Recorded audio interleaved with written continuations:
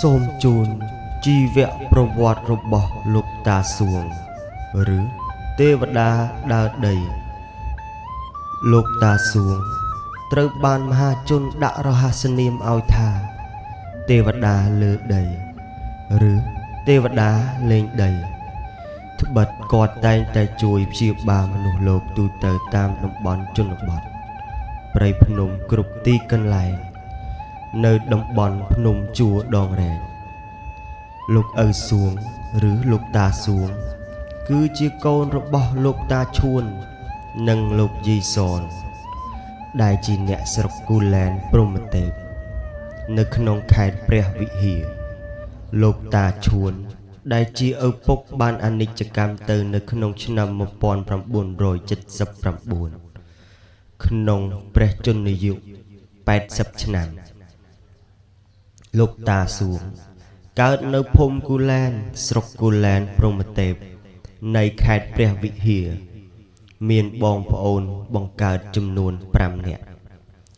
កាលពីអាយុ10ឆ្នាំកុមារសួងតែងតែសុំឪពុកទៅបួសតែដោយឃើញកុមារសួងនៅតូចពេកឪពុកម្ដាយមិនទាន់អនុញ្ញាតឲ្យទៅបួសទេលុះកុមារសួងអាយុ15ឆ្នាំឪពុកម្ដាយក៏បានអនុញ្ញាតឲ្យទៅបួសជាសាមណេរនិងជាភិក្ខុនៅវត្តគូលែនព្រហ្មទេពក្រោយមកភិក្ខុសួងបានចាក់ចេញពីវត្តទៅធ្វើឧដុង្គនៅលើកំពូលភ្នំត្បែងមានជ័យពេលវេលាបានអស់បន្លាយប្រមាណជាង20ឆ្នាំក្រោយមកនៅឆ្នាំ1970លោកតាសួងបានក្លាយជាសេនាដៃឆ្វេងរួមជាមួយគ្រូក្មេងឬសេនាដៃស្ដាំជំនាញខាងយោធាបានចុះមកបង្ហាញខ្លួនជាលើកដំបូងនៅក្នុងភូមិកំណើតរបស់លោកដើម្បីទៅថ្វាយបង្គំឪពុកម្ដាយនិងសួរសុខទុក្ខញាតិញោមជារឿយលោកតាតែងតែនិមន្តទៅប្រោះសត្វគ្រប់ទីកន្លែងនៅក្នុងទឹកដីខ្មែរបច្ចុប្បន្ននិងទឹកដីខ្មែរកាលពីអតីតកាលជាពិសេសនៅខេត្តស៊ីសាកេតនៅឯប្រទេសថៃនៅពេលស្លៀកពាក់សលោកតាគឺជាតាបក់នៅពេលដែលស្លៀកស្បង់ជីពោលោកតាគឺជាលោកធុដង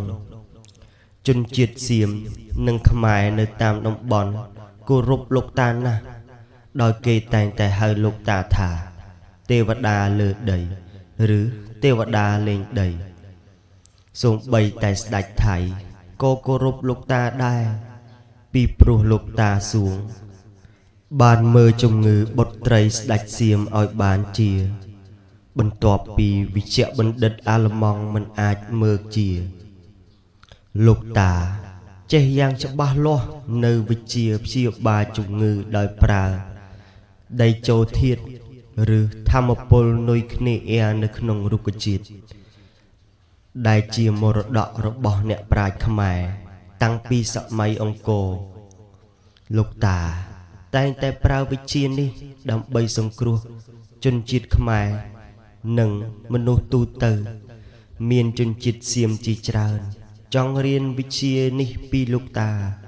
ប៉ុន្តែវិជ្ជានេះអាចបង្រៀនបានទាល់តែអ្នកនោះ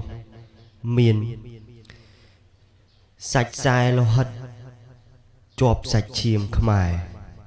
បេះដូងខ្មែរជាពូជពងខ្មែរទើបអាចមាននិស្ស័យរៀនបានលោកតាបានចូលសមាធិបត្តិនៅថ្ងៃទី8ខែកញ្ញាឆ្នាំ1999ត្រូវនឹងពុទ្ធសករាជឆ្នាំ2543សពថ្ងៃព្រះរូបរបស់លោកតាត្រូវបានតម្កល់ទុកនៅវត្តផៃផាតនាស្រុកភូមិរិទ្ធសិទ្ធខេត្តស៊ីសាកេតប្រទេសថៃជារៀងរាល់ឆ្នាំគេត្រូវបើកមឈូសកោសក់និងកាត់ក្រចកដៃចេញ ដោយដួងប្រលឹងរបស់លោកតាពីភាគ10នៅតាមស្ថិតសិស្សគណៈនឹងជួយសង្គ្រោះដល់ជនជាតិខ្មែរនិងមនុស្សទូទៅនាឆ្នាំមួយនៅពេលដែលបើកមឈូសមកបានកើតអភុតហេតុបិទគម្របវិញមិនចិត្តសោះក្រោយបានកាត់ក្រចកដៃកោសក់ផ្លាស់ប្ដូរស្បង់ជីពោរួចរាល់ដូច្នេះហើយបាននិមន្តសម្ដេចព្រះសង្ឃរាជទេវវង្សពីប្រទេសកម្ពុជាយើងទៅជួយសូត្រមន្តអធិដ្ឋានដាស់រំលឹកធម៌ដើមកំណើតខ្មែរព្រោះលោកតាសួងមានដើមកំណើតជាខ្មែរទើបក្នុងពេលក្រោយនោះ3នាទីមេឃខ្មៅងងឹតភ្លៀងផ្គររន្ទះក៏ត្រូវបានរសាត់ជ្រះស្រឡះភ្លាមអភុតហេតុនេះបានធ្វើឲ្យប្រជាជននិងពុទ្ធបរិស័ទនៅក្នុងប្រទេសថៃកាន់តែមានជំនឿលើបារមីរបស់លោកតាសួងបន្ថែមទៀតសពថ្ងៃព្រះរូបរបស់លោកតាពូកែស័ក្តិសិទ្ធិខ្លាំងណាស់ជនជាតិថៃគោរពបូជាដូចជាព្រះអាទិទេពដោយបានសរសើរពាក្យស្លោកថាទេវតាដើរដីរុក្ខជាតិល្អនិងដីល្អលោកតាសួងមានសិស្សប្អូនមួយអង្គកំពុងនៅមានព្រះជន្មនៅឡើយព្រះនាមលោកតាសានសពថ្ងៃនេះលោកតាបានសោយទីវង្គត